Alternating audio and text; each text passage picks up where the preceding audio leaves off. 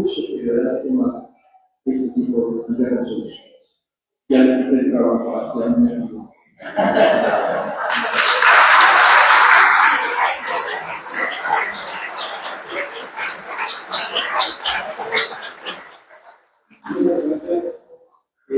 Y como moderador de esta mesa, nuestro compañero abogado maestro Luis Eduardo Veloso García, quien junto con la licenciada Brenda Armendáriz fue quienes elaboraron la sentencia que estamos discutiendo, que se va a discutir en este momento. Invito a ser moderador, abogado por la Universidad del Valle de México y también docente de esta casa de estudios. Bienvenidos.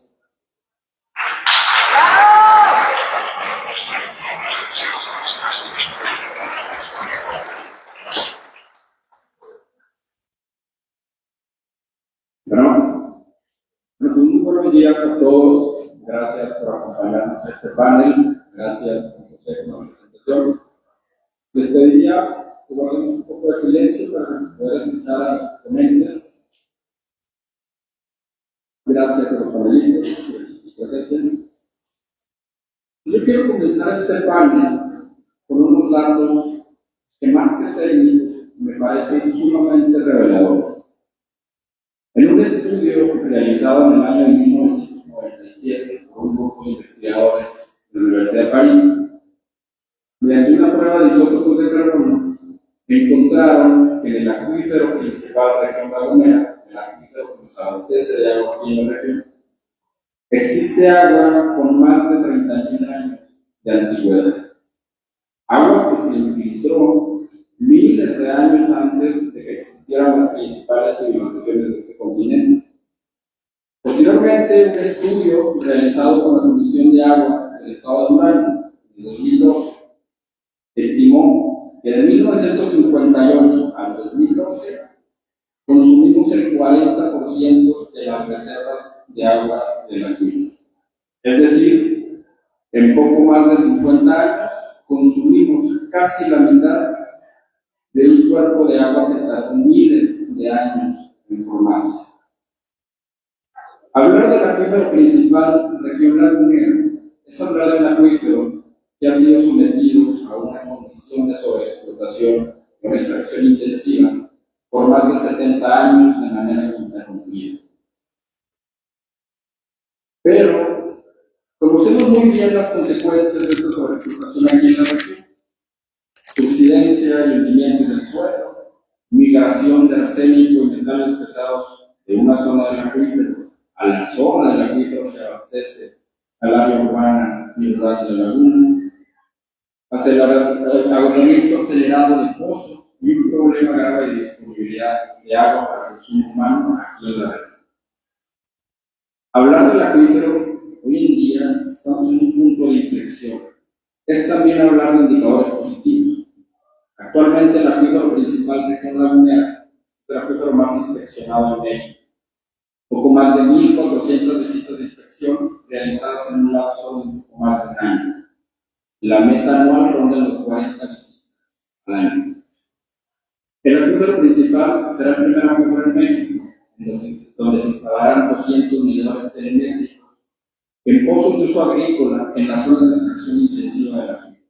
Esto nos permitirá conocer en tiempo real la extracción de agua subterránea y algunos parámetros muy importantes para la sustentabilidad del acuífero.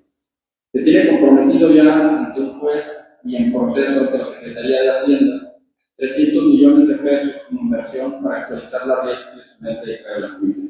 Después instalar dispositivos de medición que permitan conocer el nivel del agua subterránea, el movimiento, la dirección de flujos y otros parámetros. Y actualmente el acuífero será el primer acuífero en México, en donde su administración y su gestión estará basada en un modelo de gestión que ya está realizando un Instituto de Investigación Científica, Instituto de Geociencias de la UNAM. Todos estos cambios estructurales que estamos comenzando a ver en la administración del agua tienen como origen y base una sentencia emitida por la primera sala de la Suprema Corte de la sentencia emitida en la Amparo Revisión 543 de ese tema tenemos el honor de contar con las personas responsables de la creación de este proyecto de sentencia. El doctor Juan Luis Alcántara Carranca y el doctor Fernando Sosa Pastrana. Nuevamente un agradecimiento por el día de hoy.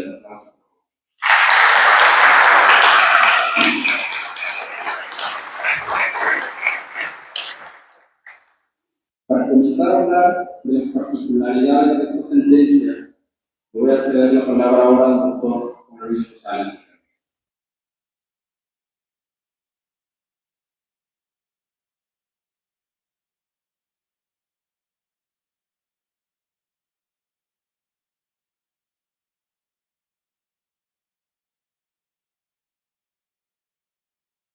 Muy buenos días tengan todos ustedes.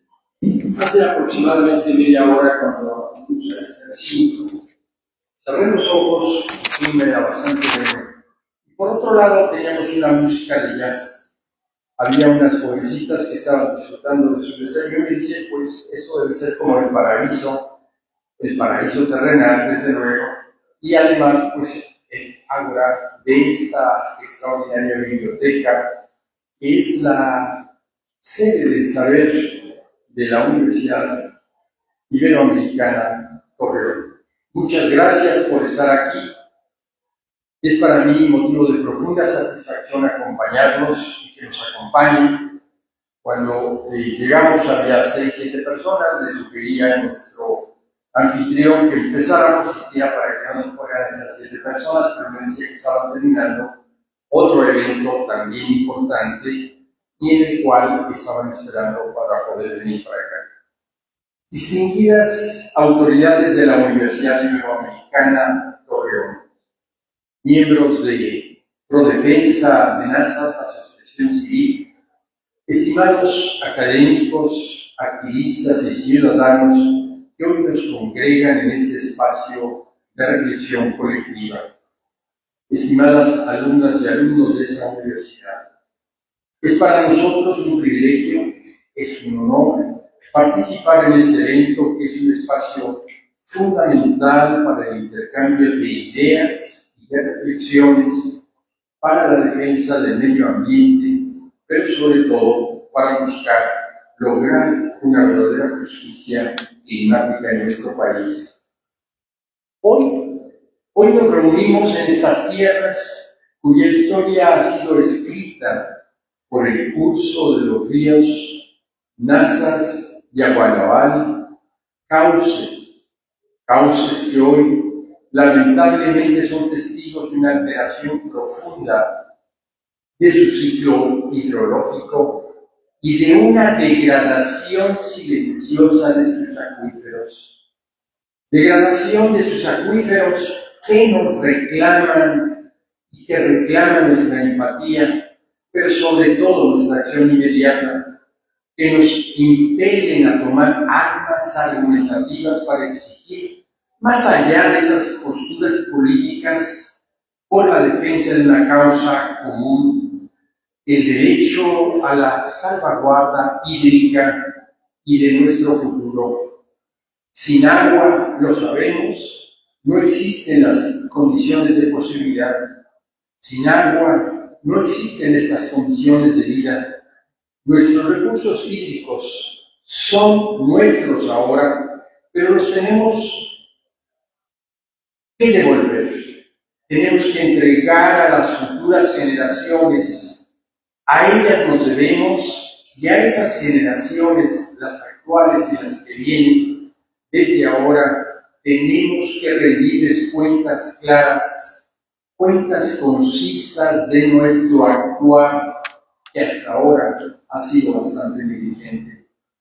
Señoras y señores, son tiempos de emergencia, pero también son tiempos de acción, son tiempos de justicia climática, de esa justicia climática y de esa justicia hídrica que solamente se pueden activar cuando todos los miembros de la sociedad asumimos plenamente el rol que nos corresponde, pero con congruencia y con firmeza.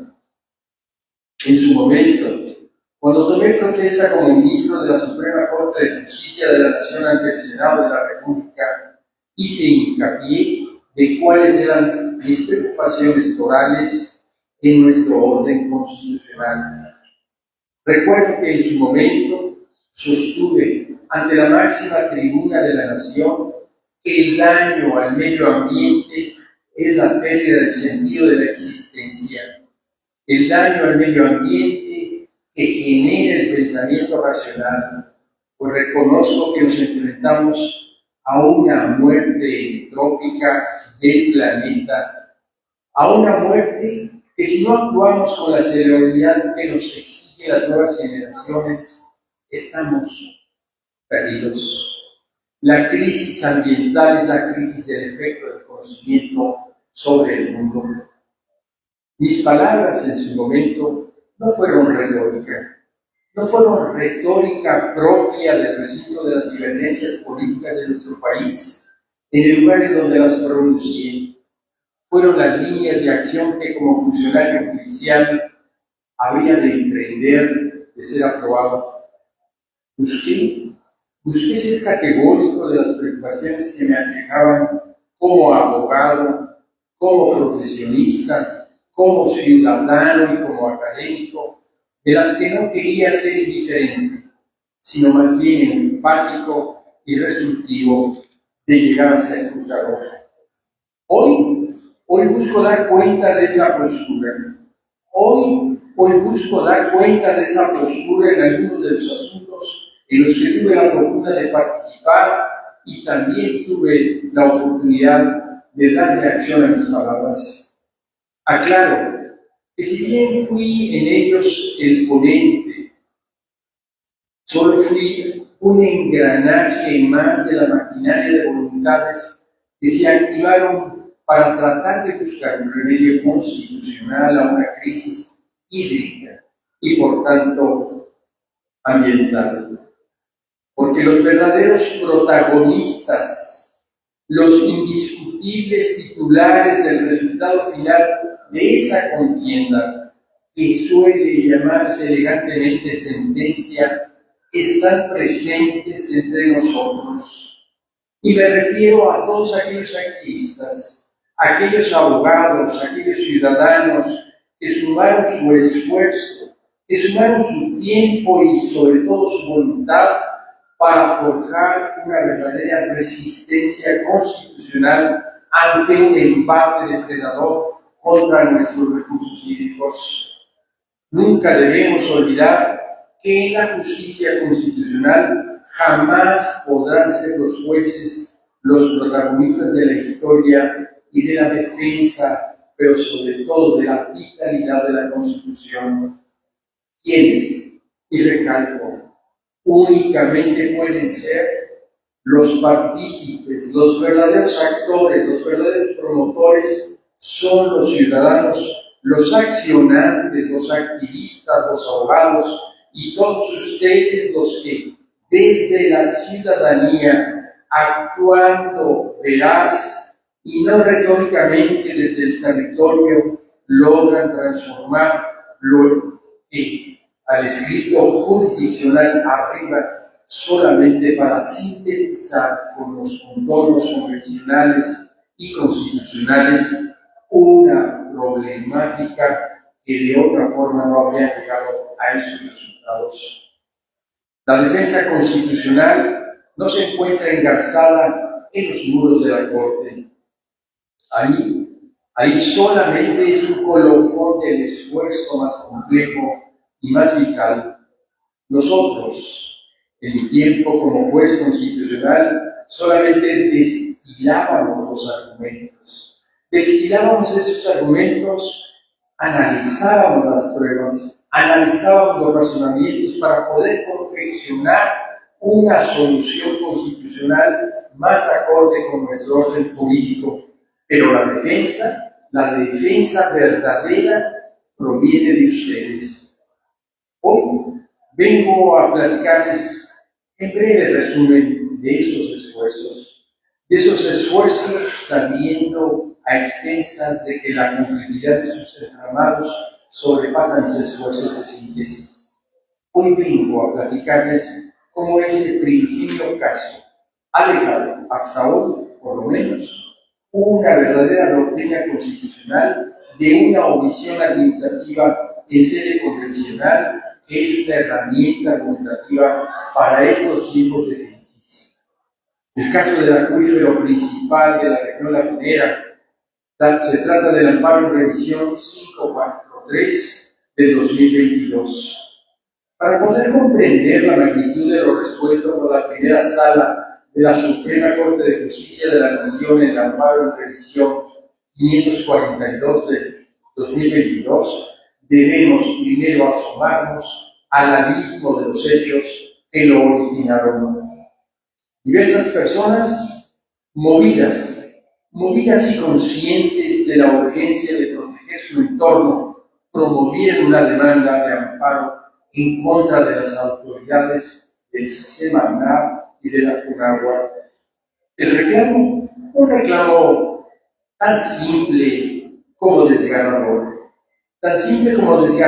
ante la omisión sistemática de adoptar medidas para preservar el acuífero principal de la región lagunera, escenificación de una crisis hídrica largamente ignorada, largamente despreciada por las autoridades responsables.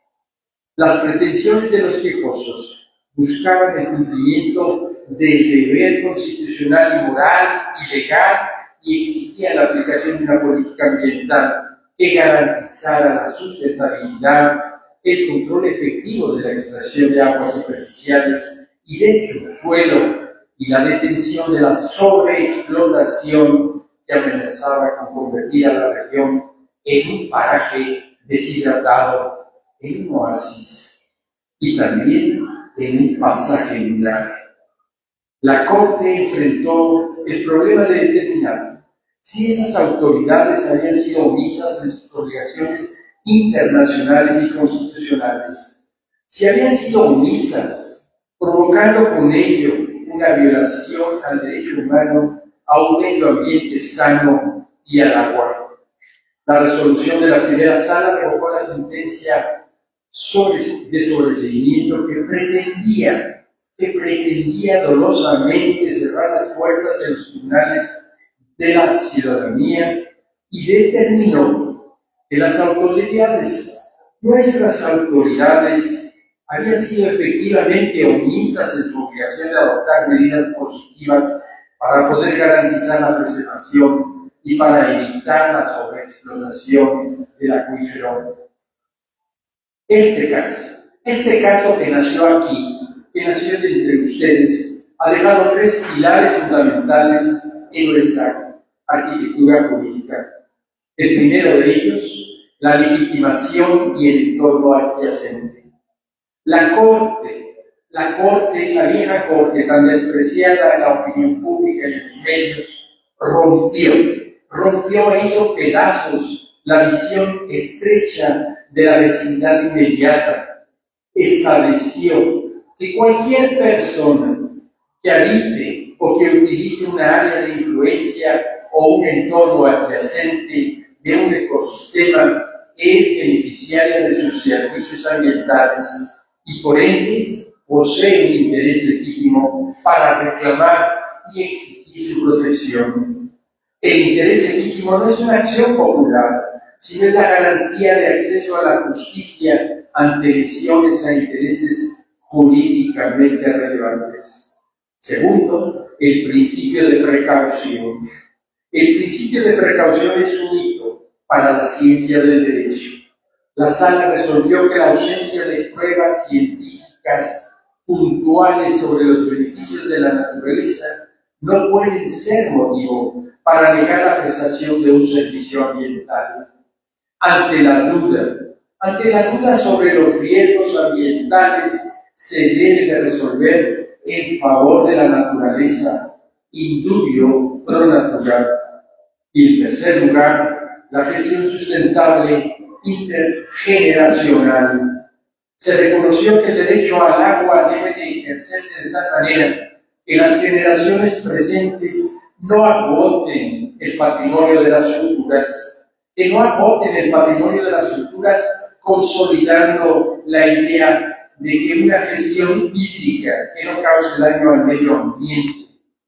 Pero además, lo relevante del presente caso es que para las autoridades del amparo y para todas y absolutamente todas aquellas que se vean en el futuro en una situación similar, se establecieron los lineamientos o los estándares para situaciones análogas o similares, a saber, primero, la inversión de la carga de la prueba y la presunción de certeza. El primer estándar que la autoridad debe vencer es la presunción de inconstitucionalidad que emana de su propia inactividad. La Sala estableció que cuando se imputan actos omisivos, la determinación de su existencia debe hacerse de una manera laxa. Basta advertir la viabilidad de algún argumento frente al marco jurídico para que la carga de la prueba se traslade. Así es que la autoridad responsable, en este caso la Semarnat y la CONAGUA, son quienes poseen el deber imperativo de comprobar fehacientemente que cumplió con los requisitos legales y que no incurrió en una inactividad que se les atribuye. Segundo, la debida diligencia en la adopción de medidas positivas. No es suficiente para el Estado acreditar la existencia de planes o programas que tienen el frío papel de un desarrollo programático. El estándar exigido por la Corte requiere que las autoridades acrediten la implementación de medidas positivas específicas e individualizadas. En el caso de ustedes, en el caso del acuífero de la laguna, la Corte determinó que las autoridades fallaron al no desvirtuar su omisión mediante estrategias concretas para controlar la explotación y garantizar su preservación. El estándar obliga a la autoridad a demostrar que su actuación no fue exigua, sino que desplegó acciones eficaces para impedir la sobreexplotación. Tercero, el principio de precaución como un mandato de actuación indubio pro natura. La autoridad debe de acreditar que su gestión hídrica se rige por el principio de precaución. Es decir, esto implica que la ausencia de pruebas científicas que reflejen puntualmente los beneficios de la naturaleza o la magnitud exacta del daño no puede ser invocada como una excusa por inacción. Bajo esos estándares, ante la duda sobre los riesgos ambientales a los acuíferos, el Estado debe acreditar que resolvió a favor de la naturaleza, adoptando medidas de protección ante una incertidumbre técnica. Cuarto, la evaluación del impacto ambiental en el régimen de las concesiones. Un estándar procesal ineludible que la autoridad debe de acreditar es el cumplimiento de la obligación de realizar evaluaciones al impacto ambiental antes de otorgar o incluso de prorrogar concesiones de agua.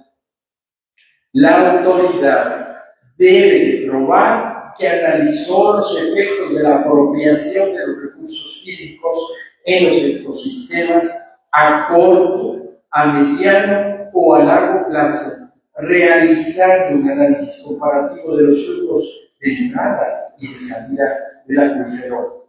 Otorgar títulos de concesión, que sabemos cómo se otorgan en nuestro país, a pesar de la disponibilidad nula, sin demostrar una responsabilidad sustentable previa, constituye un incumplimiento de este estándar. Quinto, la gestión sustentable e intergeneracional.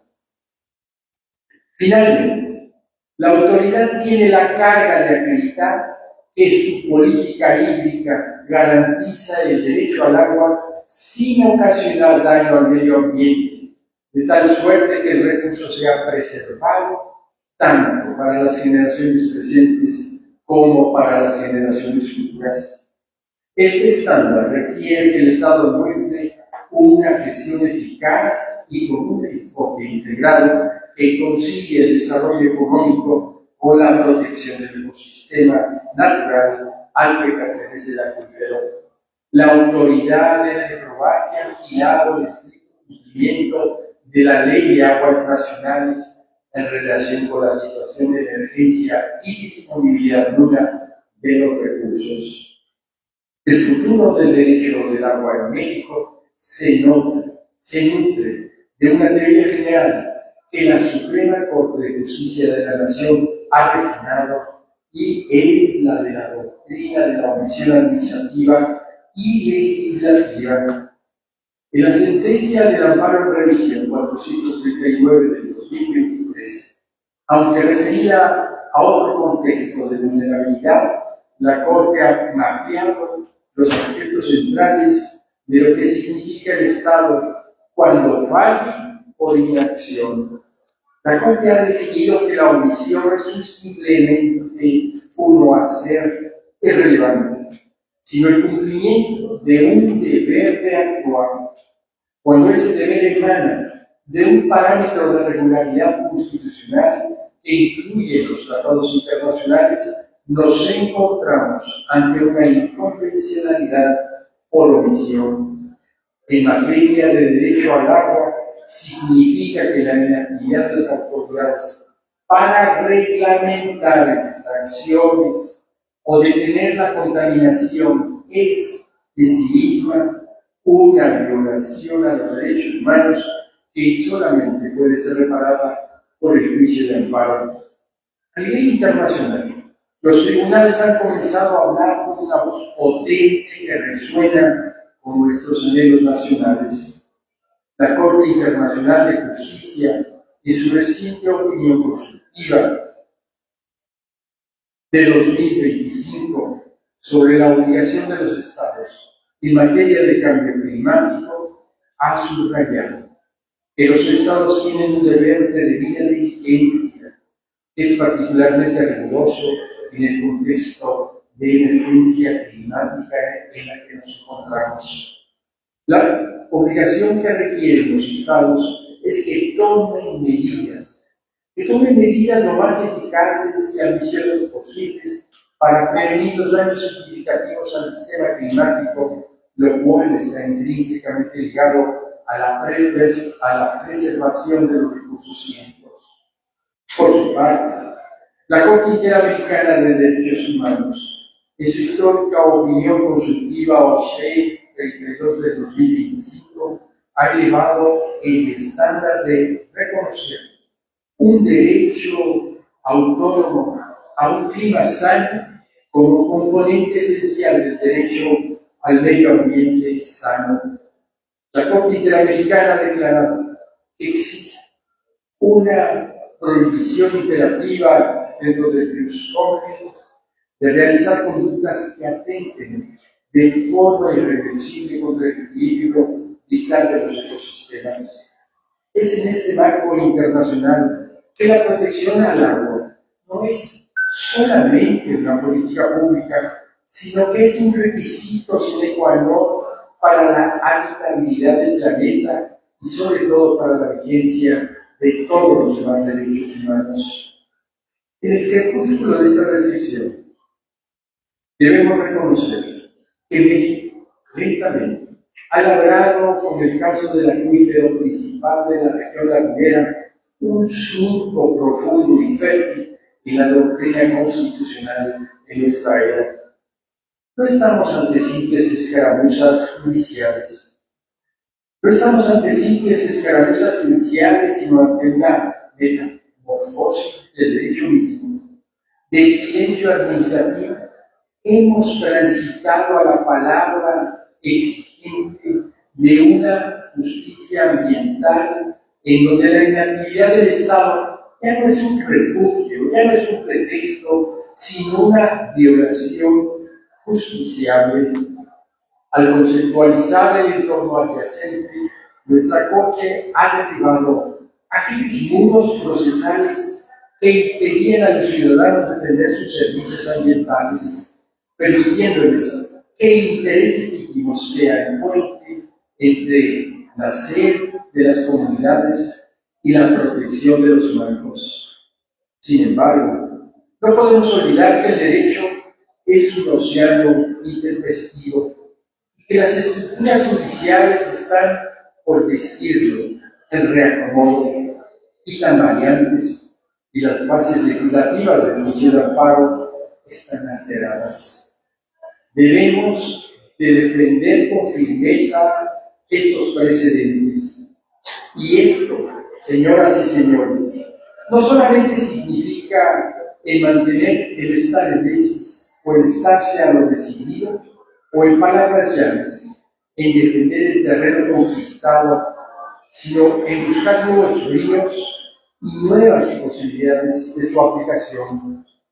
Para que estos precedentes que ustedes lograron no se conviertan en una reliquia, sino en un motor de cambio, me permito proponer las siguientes recomendaciones prospectivas para los años venideros.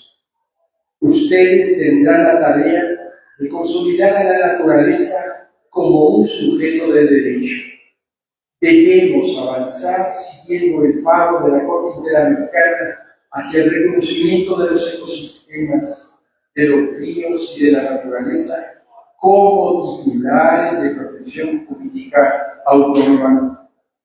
La preservación de los procesos ecológicos esenciales debe de ser entendida como un requisito indispensable para la vigencia de cualquier otro derecho humano. Segundo, exigir la aplicación del estándar de la debida diligencia reforzada. En adelante, ustedes, todo litigante, deben exigir al Estado no solamente que haga, sino que lo haga en forma proactiva y ambiciosa. La autoridad debe de acreditar con la mejor ciencia disponible que sus políticas hídricas son capaces de prevenir daños existenciales y, lo más grave aún, daños irreversibles. Y tercero, que la inversión de la carga de la prueba sea la regla de oro en materia ambiental, el principio in dubio pro reo y in dubio pro natura debe ser el estandarte. La incertidumbre científica jamás debe ser el escudo para la omisión del Estado. Por el contrario, ante el riesgo, la autoridad debe probar que ha tomado todas y cada una de las medidas más eficaces para proteger la vida. Y cuatro, la institucionalización del litigio estratégico y estructural ciudadano. Esas sentencias a las que hemos hecho referencia, esas sentencias históricas, son hijas del valor de quienes litigaron. Es fundamental que la sociedad civil y las asociaciones como Prodefensa de Nazas sigan impulsando casos que obliguen a las autoridades y a los tribunales de nuestro país a desarrollar aquellos precedentes sobre la inconvencionalidad por omisión.